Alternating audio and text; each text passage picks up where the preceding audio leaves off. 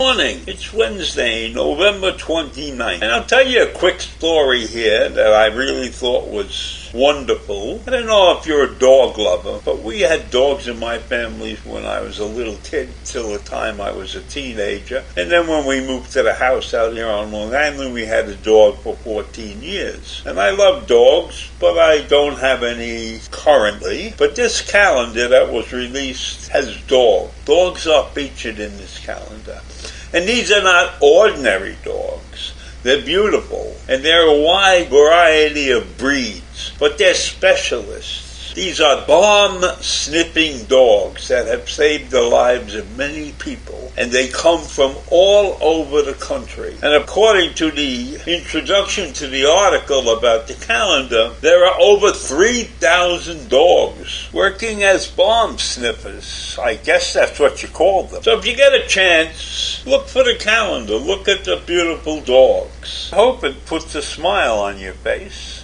Everybody needs a smile on their face these days. So I thought that was an interesting tidbit of information. So another cute story for this morning that I found is a story about the runaway Roomba. Now, I don't know how many of you have a Roomba, but I have a Roomba. It's a self-cleaning vacuum cleaner. It's a little round thing, and you turn it on, you put it on the floor, and it wanders around whatever room it's in, and it sweeps up stuff. No, it's not as good as a maid, but it does the job, and you don't have to do the vacuuming yourself. And it's easy to work, and it's easy to clean out the little cabinet that it has, a little drawer that contains all the stuff that it picked up on the floor. So you can sit there and watch TV, and Roomba can work on your rug or whatever, and if you put it out in some other room, it wanders around.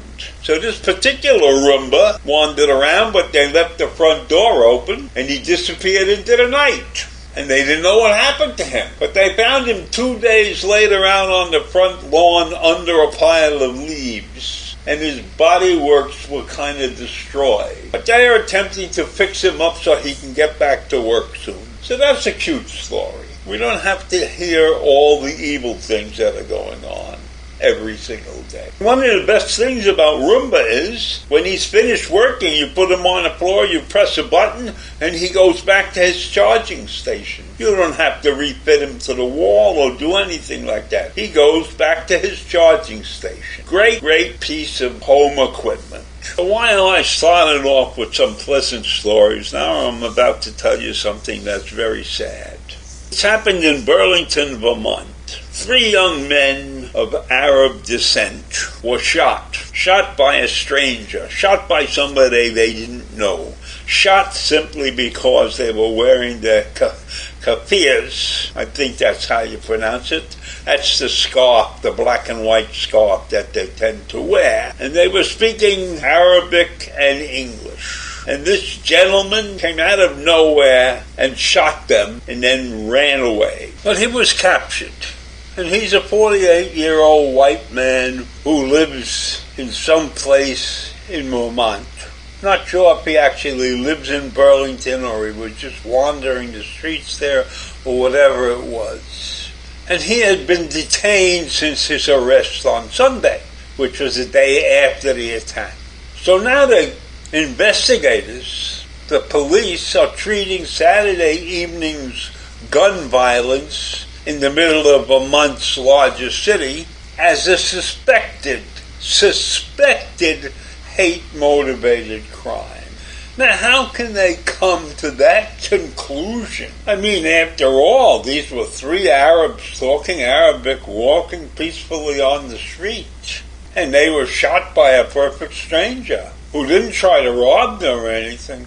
So why? Why would the police think that was hate motivated? Well, obviously, I'm only teasing you. It was obviously a hate crime. But for some reason, we in this country just absolutely refuse to come right out and say it was a hate crime. They have to investigate to see why this guy shot them. Why would he shoot three strangers who were talking Arabic, wearing kefifas, if he didn't hate them? What reason would he have to shoot these kids? And one of them is seriously injured. One of them was shot in the spine, and he is going to be in trouble for the rest of his life, probably. And probably the other two are going to have a lot of mental help too over those years. And what is this guy going to do? He pleads not guilty. The three friends, they were identified as Arab. They were staying with one of their grandmothers. These are three college kids. They don't go to the same school, but they've been friends for a long time. They are graduates of the Ramallah Friends School, which is a private Quaker secondary school in the Israeli-occupied West Bank. So they came to the United States to be with one of their grandmothers, and they get shot. How sad is that? And now our criminal investigators and the system that is supposed to take care of people is having a problem declaring this a hate crime. Two of the boys are U.S. citizens, and the third is a legal U.S. resident. So these are not foreigners.